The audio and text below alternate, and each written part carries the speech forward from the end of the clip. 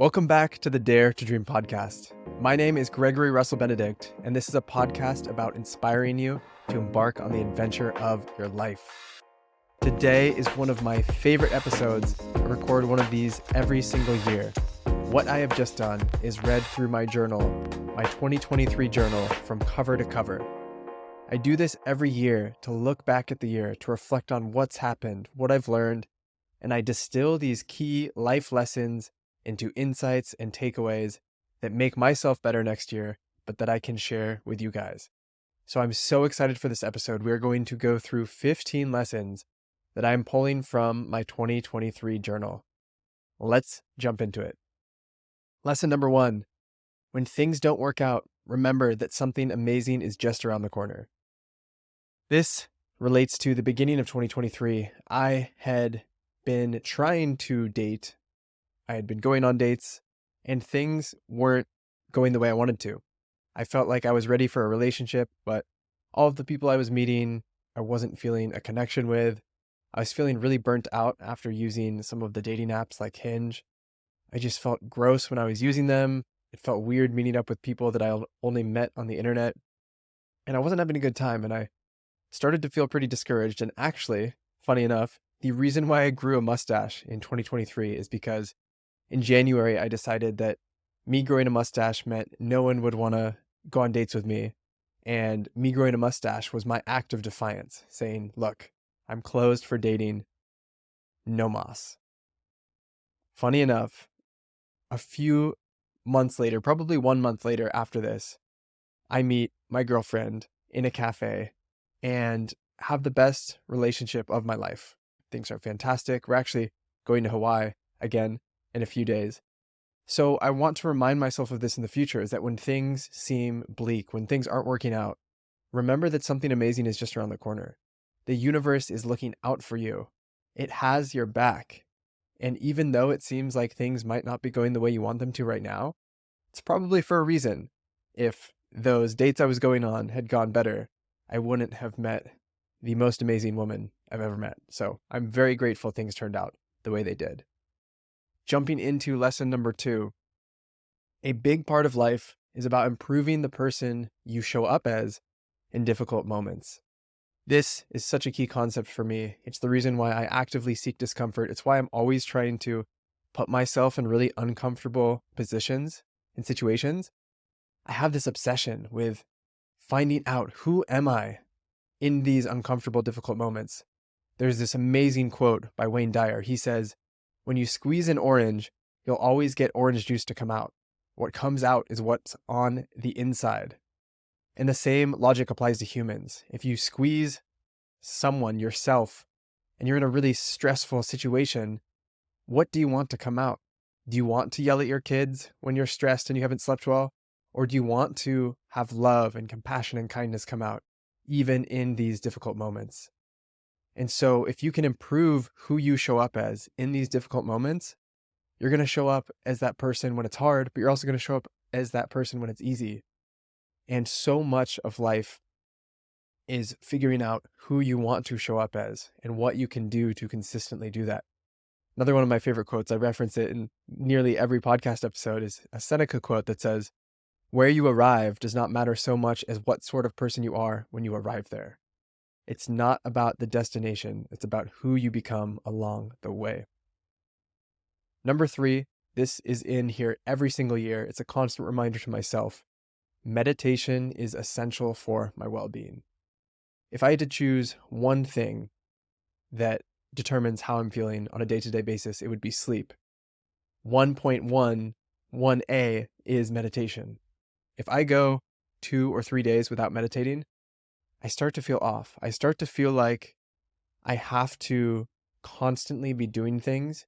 And what I've learned in 2023, another takeaway that's not on the list, is that's a trigger point or an inflection point for me to realize if I'm constantly feeling like I have to do one thing after another and I'm in one activity and I'm already thinking about what I'm going to do next, that's an indicator that I need to pause, meditate, take some deep breaths. Because meditation for me seems to slow things down. It creates more space in between each moment of the day. And it's this beautiful, beautiful thing where now when I go and sit down to meditate, because I've been doing it for probably 5 or 6 years, I immediately just sink into this feeling, and it is such a good feeling. So meditation is essential for my well-being. Number 4 of the 15 life lessons and takeaways I learned from reading my 2023 journal is that anxiety means that I am avoiding something. Go handle it. Now, other people experience anxiety very different than I do, but for me, my specific type of anxiety usually means I'm avoiding something. And if I just go do the thing that usually I know I should have done a while ago, it's usually something that I've been putting off over and over again. If I just go do the thing, if I just go do the work, if you're watching this video, you see I just pointed at my sign, I feel so much better. That is one of the easiest ways to start stacking wins and feel successful and overcome resistance and gain energy. Just go do all the stuff that you know you should be doing, all those little errands that you've been putting off, all those chores, clean the kitchen that you've been putting off for weeks. Just do it. Go handle it.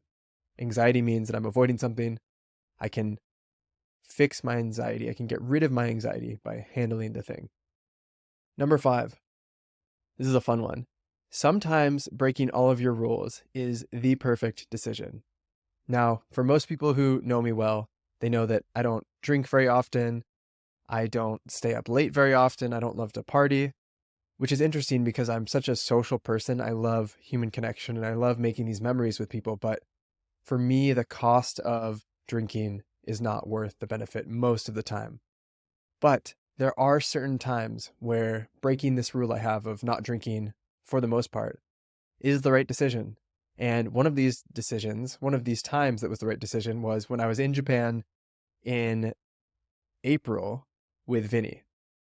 We were in Nagasaki. It was night 1 of our trip in Nagasaki, and we ended up meeting some Japanese locals. One thing led to another. The night escalated. We were out all night, drinking, laughing, singing. Oh my gosh, we sang so much karaoke. And it was totally worth it. Yes, I felt terrible the next day. Yes, I didn't sleep very much. But yes, I have this core memory for the rest of my life. And because I don't do this all the time, it makes it even more special. So sometimes breaking all of your rules is actually the perfect decision.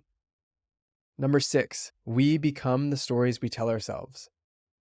We become the stories we tell ourselves, and you can improve your life by improving your story. Now, I read this fantasy series this year called The King Killer Chronicles. There's only 2 of them out. There's supposed to be 3. The first one is called Name of the Wind. And this is an amazing series. It's been compared to Harry Potter. It's been compared to Lord of the Rings. It is on that par. It is such a good series. And the main character in this book, his name is Quoth. It's got a really weird name. But he started acting like a hero because other people thought he was, and then he became one. That is so important. Act like a hero, and eventually, if you do it long enough, you will become a hero. It's this piece of behavior change related to your identity. And it actually relates to another point that we're going to talk about later. It's going to be point number 14. But if you act as if you are something, eventually your mind, yourself, your self-image, you start to believe you are the thing. And you can actually change yourself. You can transform yourself by improving the story you tell yourself about who you are and what you do. Act like a hero, and you will become one. Number 7, enjoyment and productivity are not mutually exclusive.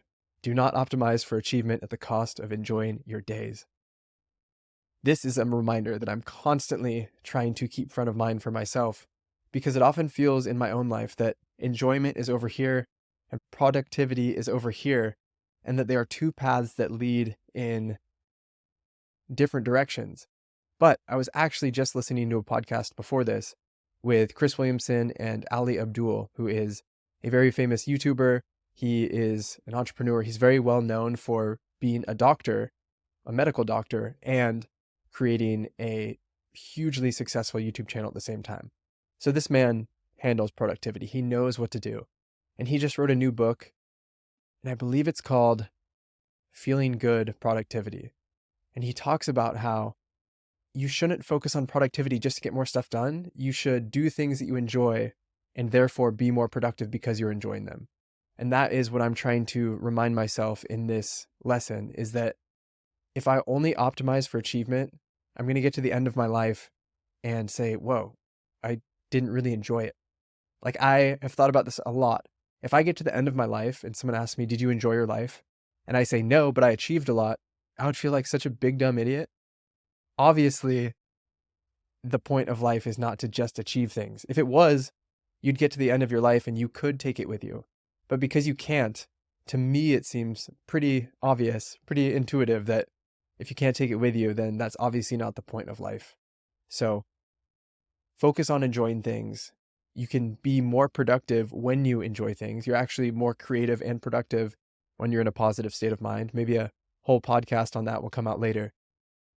But don't optimize for achievement at the cost of enjoying your days. Number 8, learning to navigate the unknown and uncomfortable situations is a must-have skill. This relates to, which one was it? Number 2, who you are in difficult moments and your ability to navigate the unknown and uncomfortable situations. It's a must-have skill if you want to be successful. I would say that 60% of this year has been me putting myself in uncomfortable situations, some minor, some major. And because I've gotten good at saying, I don't have much context for this situation. I'm being asked to get in front of these people. I'm being asked to lead this thing. Because I'm used to that and I almost find joy in it now, I have had so many more opportunities open up for me. And I'll give 2 examples for this. I mean, one, anyone who has followed along this year has seen the 100-day challenge of me being bold and talking to strangers. I have had so many opportunities and connections open up because I knocked on a stranger's door and asked if I could cannonball in his swimming pool. He said yes. I filmed a video. It went viral on Instagram. I met so many cool people this year. And I feel like I really stuck a flag in the ground of my brand and added this whole new component to my brand of boldness, of being willing to get out of your comfort zone. Yes, I had done that in the past with physical challenges, but now it's really about doing that with social interactions and opportunities so that you can continue to unlock more of your true self. That was one example. Another example is I do leadership and executive coaching for a company called Exec Online.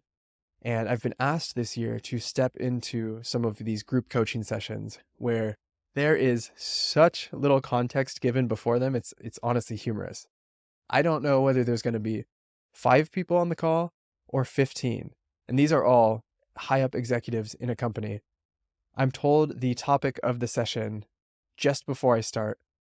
And to me, it feels like there's no context of what to talk about, what to do, how I'm supposed to handle it. But because I've said yes to these opportunities this year, I've been willing to just get in there. I tell people it keeps me on my toes. I've had success in that, and now I'm getting more of these types of situations because I was one of the people who said yes to the discomfort when a lot of people would have said, no, I need more context, I need more preparation. So learn how to navigate the unknown and uncomfortable situations, and you honestly will feel unstoppable and invincible. And I'm not saying that that's how I feel all the time. I still get caught up all the freaking time with little things, but you will be so much more momentous. It'll take a lot more to slow you down if when things get comfortable, you're like, yeah, this is what I do. Number 9, I want to talk about a bunch of different modes. So there's this concept of easy mode versus hard mode that I heard about the other day. It was Shane Parrish. He is a podcaster. He has a podcast called The Knowledge Project, but he's also the writer of Farnham Street, which is this amazing company that puts out newsletters, articles. He's brilliant. And he talks about easy mode versus hard mode, and that we get to decide which one we're playing on as we go throughout our life. So easy mode is where we want to be. It's if we've had a full night's sleep. Our nutrition is on point. We're feeling good. We're not eating junk. We've been to the gym that day. We are feeling like we're in a good place with our relationships. We're feeling loved and calm and at peace. And if you have your bases covered, if you're showing up to the day feeling like your cup is full, you're playing on easy mode. Things might happen, but because your cup is full, you're able to handle them. Now let's flip it to hard mode. How do you play on hard mode? Well, you don't get a good night's sleep. Maybe you're hungover. Maybe you're in a fight with your significant other. You haven't been to the gym in a while. You're eating McDonald's and feeling like garbage. And so if you're playing on hard mode, the same obstacle might come at you. On easy mode, it's a little hurdle that you just jump over.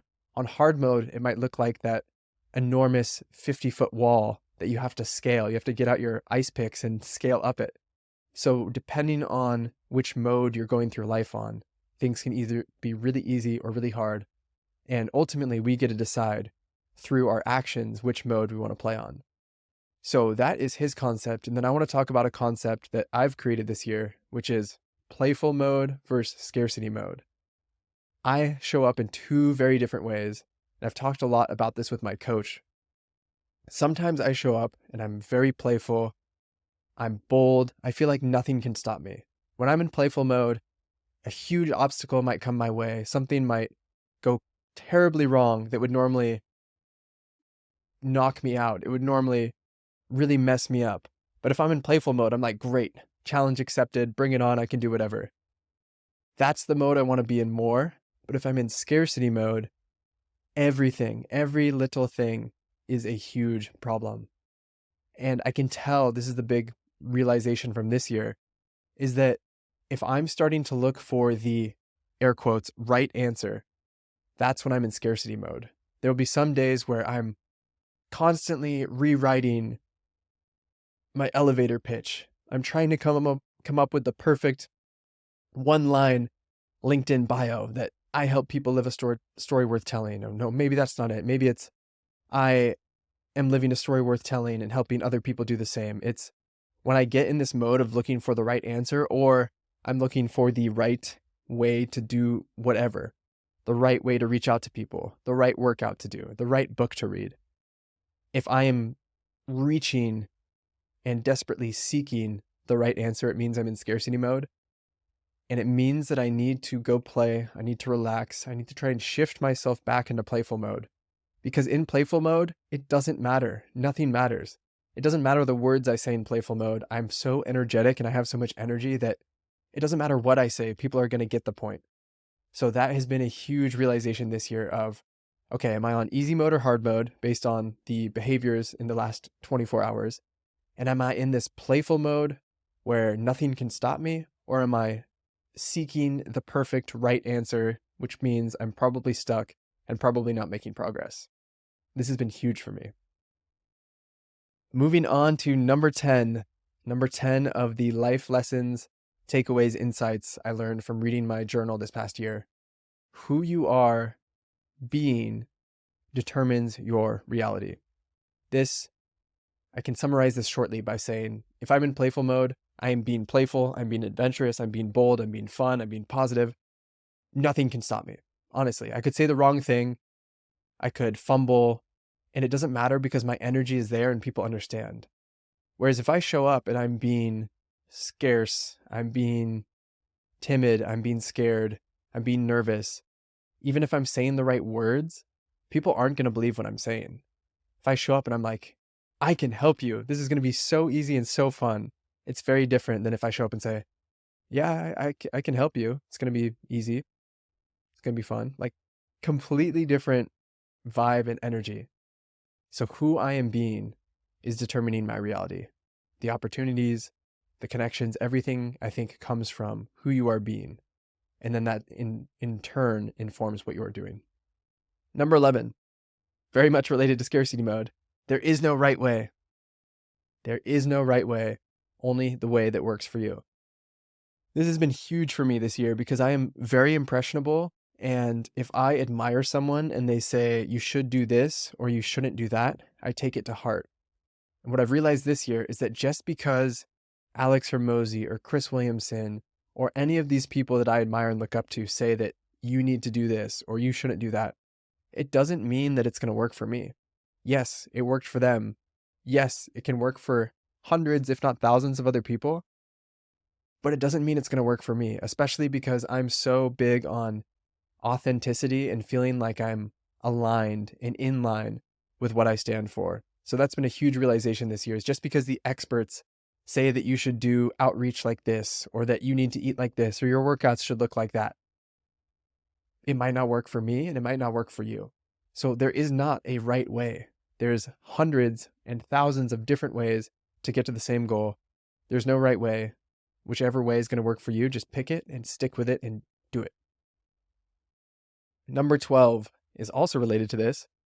Just because you admire someone for what they do doesn't mean you should believe everything they say. This is directly applicable to what I was talking about with people like Alex Hormozy. Just because he is inspirational and I admire parts of him doesn't mean that if he believes X or Y about some weird off-brand topic, that means I need to believe it and take it verbatim. And here's a tangible example. I'll make it more specific. This comes about from something called the halo effect. The halo effect is a cognitive bias where you start to believe things about someone because of your perception of them. So because you like them as a podcaster, you believe, oh, they probably have informed opinions about marriage or relationships. And this actually showed up in my life in a pretty hilarious way. I wrote about it in a recent newsletter, is that I was talking to one of my friends about relationships. And for me, something that I've always felt deep down is that relationships should be a hell yes or a hell no. If you aren't really excited and if you aren't consistently choosing that person every single day, that's not it. That's not it. I believe that relationships are intentional and you should be so excited about it. Yes, there's going to be hard parts, but you want to be excited and stoked about the person you are choosing to be in relationship with every day.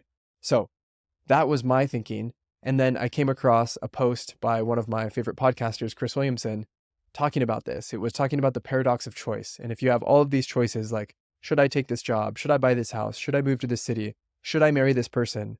If you can't decide, the answer is no. That's how I feel. And so I sent this.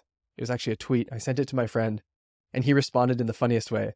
He said, not sure if I want to take advice from a unmarried ex-Love Island club promoter. And he was describing Chris Williamson. And it made me slow down and realize that, one, just because Chris Williamson is really good at podcasting doesn't mean that he has great relationship advice. He is single. He's unmarried. He's 35. So probably it would make more sense to take relationship advice from someone who is married, happy, has kids, if those are the things that you are aiming at. And it made me realize that I had pointed this out in another situation where Vinny sent me relationship advice from Andrew Huberman and Lex Friedman. They were both talking about it. And I pointed out, I was like, great, I love this. It makes sense to me. And we need to remember that Andrew Huberman and Lex Friedman are both in their 40s and unmarried and single. So maybe they aren't the best people to be talking about this. So just because you admire someone for what they do doesn't mean you need to believe everything they say. Doesn't mean that they have all of the answers just because they might have the answers in a specific category. Number 13. This is a big one. The most important thing is staying in the game. This was a realization that I had about 75% of the way through 2023 when I was starting to feel a bit hopeless, a bit burned out. I had been doing so much business development for coaching, so many outreaches on LinkedIn and Instagram, and it didn't seem like things were going the way they should, as fast as I wanted them to. I didn't have as many clients. I wasn't making as much money as I wanted. And I had this realization that the most important thing I can do is just not quit. And when I say stay in the game, it means stay in the game as a coach, stay in the game as a podcaster, stay in the game as a writer. As long as I'm still here doing the things I like, even if it's taking longer than expected, I will still eventually get to where I want to go and make that progress. And it reminds me of a concept that Simon Sinek popularized called the infinite game, is that you want to be playing infinite games instead of finite games. You want to be playing games that you can play forever. I want to coach for the rest of my life. I want to play pickleball for the rest of my life. I want to surf for the rest of my life. And all three of those things, when I take a step back and think about it, I can do those for the rest of my life because they're low impact, high fun, I don't know where I'm going with this, but choose games both in work and in play that you can stay in the game and you can play forever. Number 14, goes back to one we talked about earlier. And number 14 is always remember the as if principle. So William James, he's the OG big daddy of American psychology. He said, if you want a quality, act as if you already have it. So this goes back to the one we talked about earlier, which is we become the stories we tell ourselves. If you want to be braver, act as if you are brave. If you want to be more confident, act as if you have that confidence. And over time, your self-image changes and you start to reaffirm and confirm and concrete that identity of being bold, courageous, brave, of being confident, of being charismatic. And so acting as if means you simply, another way to say it is fake it till you make it. But it's really interesting because that sentence, fake it till you make it, has always rubbed me a little bit the wrong way. But learning about this principle and learning about the research of William James and all of these other people who have done huge studies around what happens if people act like they have a quality, do they actually end up adopting it, embodying it? The answer is yes. So fake it till you make it is actually really good advice if it comes to acting like you have qualities that you wish to have and adopt and embody. And what is the process to actually do this? The process is a 4-step process. It's first, visualize the best possible version of yourself. Who would that person be? What would that version of you be? And then number 2 is think about what qualities and traits that best version of yourself possesses.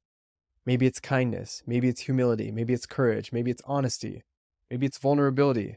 There's all of these qualities and traits that the best version of yourself possesses. Step 3 is start acting like you already have those traits. And then step number 4 is my favorite. Send that old version of yourself, the one who doesn't have those traits, on a permanent vacation. You can say, see you later, and start acting like the best version of yourself. And lo and behold, eventually you will become the best version of yourself in all of the situations. That brings us to number 15. This is our last insight and takeaway from 2023 after reading my journal cover to cover. And it's all about expectations. So I said your expectations influence how you feel. If expectations are greater than reality, that equals disappointment. If your expectations are lower than reality, that equals happiness. It's a pleasant surprise, right? But if you have no expectations or an attachment to outcome, I think that's where we find peace. And the moral of this story is not to go through life having zero expectations, but it's to recognize that when you have low expectations and reality shows up and exceeds those expectations, you're happy, you're pleasantly surprised. And if you have no expectations and you have no attachment to the outcome, you have no attachment to how things go, you will feel at peace. This has been a huge lesson for me in that I feel like I'm the best version of myself when I'm on a coaching call with someone trying to help them achieve their dreams. And if I have no expectations and I'm not attached to the outcome, I'm not attached to what we talk about, I'm not attached to whether they did their action item from last week, I feel so present, I feel so peaceful, and it's ultimately the best way to help people and help yourself. I hope you enjoyed these life lessons and takeaways. This is one of my favorite processes ever. I highly recommend that you start a journal for each year and journal as much as you can throughout the year. And at the end of it, go back and read through each journal entry. Try and do it all at once so you can get this broad painting of the texture of your mind, the experiences you had throughout the year, the highs, the lows. It is so satisfying to go back and read about the dark periods, knowing that something exciting was going to happen just around the corner, right? Bringing it back to that very first insight. And it's also really funny and humorous to look at the journal entries where it's Tuesday night and you journal about being on top of the world. And then Wednesday morning, something in your life explodes and you're back in one of those dark moments. It really puts everything in perspective and shows that this is such a beautiful journey of highs, of lows. We really have no idea where it's going to take us. But if we can look back at our experiences, look back at our memories and reflect on what we've learned, we can maybe, just maybe, get a little bit better every single day by implementing some of these things, these inner wisdoms, these inner knowings that we can pick up along the way. So that is your call to action. Go start a journal. At the end of next year, read it. Share your insights with me. I'm so excited to hear all of it. Thank you so much for tuning in. This is one of my favorite episodes ever. I will keep doing it year after year after year. So don't worry, more insights and life lessons coming next year. Thank you for being here. We love you guys.